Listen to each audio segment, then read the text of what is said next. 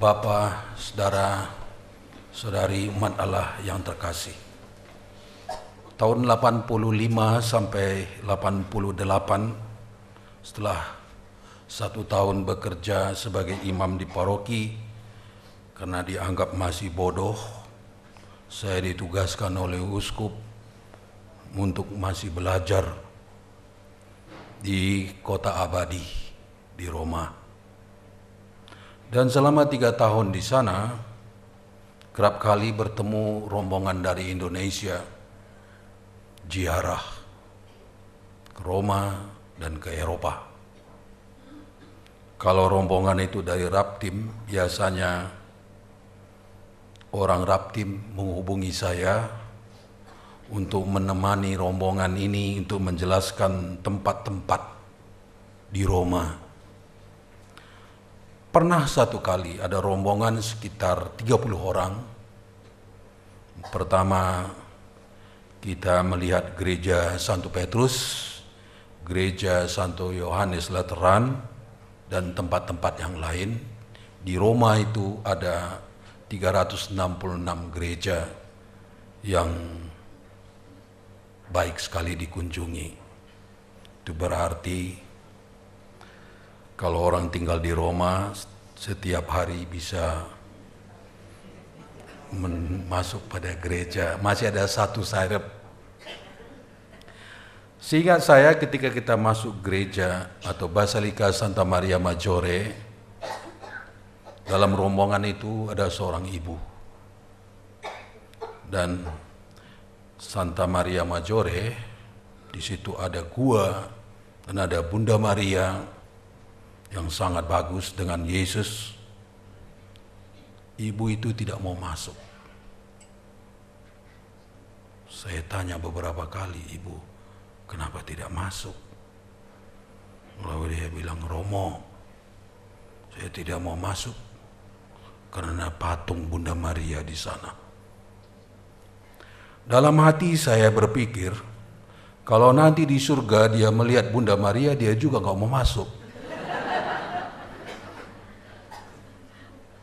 Bunda Maria dalam Lukas bab 1 ayat 43, nanti Anda baca itu, di sana Elizabeth yang dipenuhi oleh Roh Kudus menyatakan,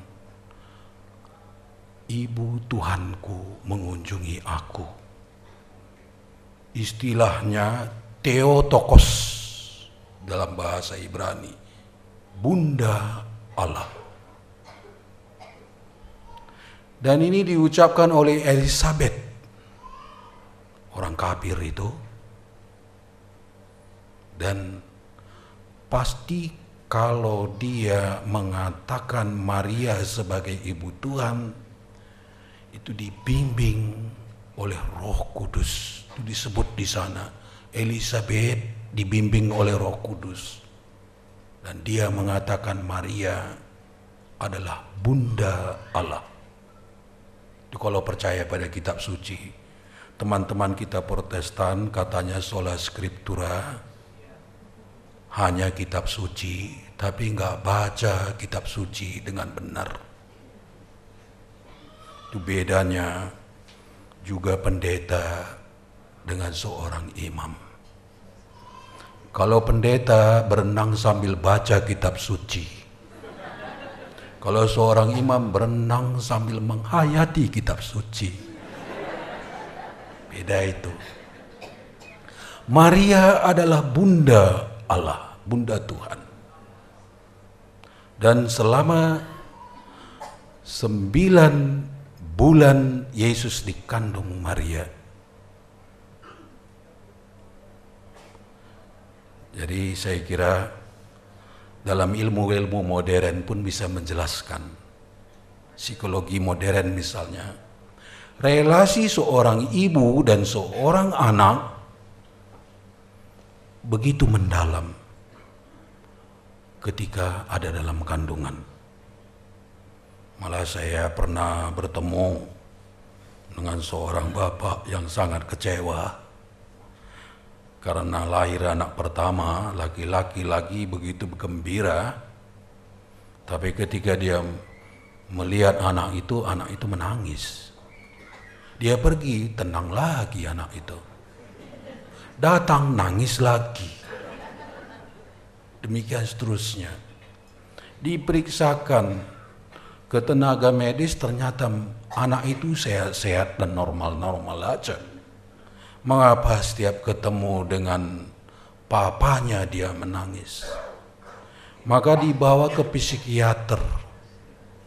Dua-dua mereka mengadakan konsultasi, dan ternyata ketika si ibu, si istri ini hamil ngidam, dia mau makan bakso di Blok S. Dan si suami bilang malam-malam begini, besok saja. Si istri bisa memaafkan suami, tapi si anak enggak. Hanya mau mengatakan betapa relasi seorang ibu dengan seorang anak. Dan Yesus dikandung oleh Maria selama 9 bulan. Maka apa yang dirasakan oleh Maria, dirasakan oleh Yesus. Jadi nggak usah susah-susah. Maka kalau kita mengadakan devosi kepada Bunda Maria, pasti disenangi oleh Yesus juga. Dan sangat masuk akal. Kalau Yesus tidak berdosa, maka dia harus dilahirkan oleh seorang perempuan yang juga tidak berdosa. Kecuali kalau kita mengatakan Yesus berdosa. Kalau kita menerima Yesus tidak berdosa dan dia adalah sungguh-sungguh Allah dan sungguh-sungguh manusia, maka kita juga harus menerima Maria dikandung tanpa noda dosa. Itu kitab suci. Ketika saya jelaskan itu mengenai musik dan lagu liturgi tadi, di extension course ada orang yang bertanya, sinis sekali dia.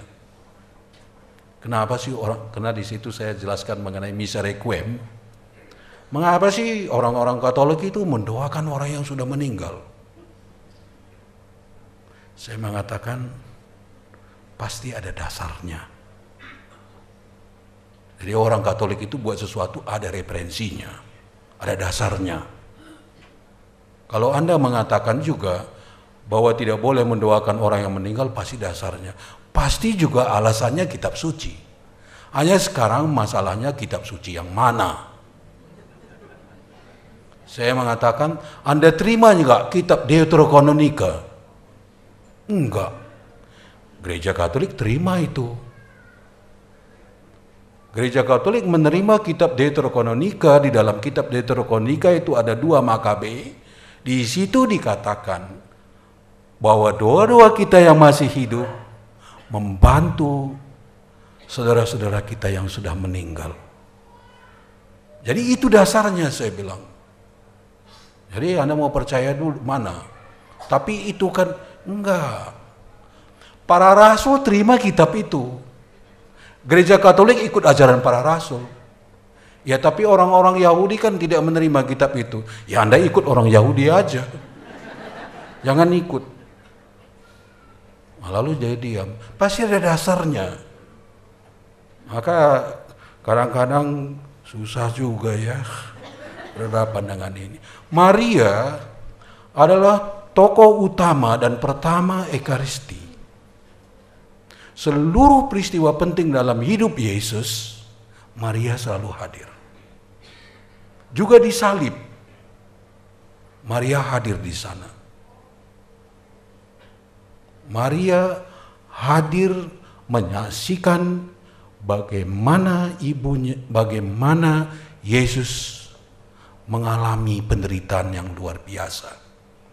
Bagaimana Yesus sebagai manusia yang menyerahkan diri seutuh-utuhnya, menjalankan ketaatan yang setinggi-tingginya di kayu salib. Disalib, Yesus menjadi donor darah terbesar. Kalau Anda tanya siapa donor darah terbesar, Yesus Kristus. Tidak ada lagi yang tersisa. 1 bulan yang lalu di Pulau Gebang, di paroki saya ada donor darah. Baru donor 200 cc sudah minta supermi 2 bungkus. Tambah lagi telur 2. Yesus disalib menghabiskan seluruh darahnya. Dan dengan cara itu dia menjalankan tugas panggilannya pada Bapaknya. Maria ada di situ dan menyaksikan, menyimpan dalam hati. Maka doa yang disampaikan oleh Maria pasti didengar oleh Yesus. Maka ketika saya diminta oleh panitia ini, Bu Ratna dan teman-temannya, saya langsung mengiyakan. Karena Maria kalau mau jadi orang beriman yang benar, jadilah seperti Maria.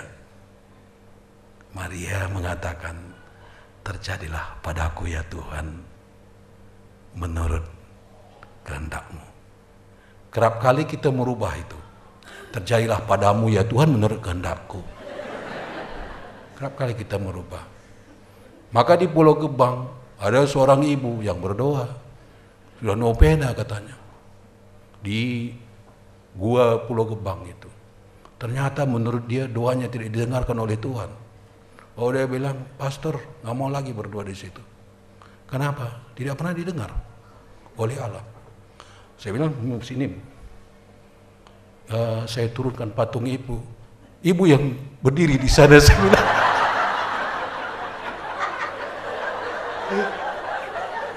Dengar gak? Terjadilah padaku menurut perkataanmu.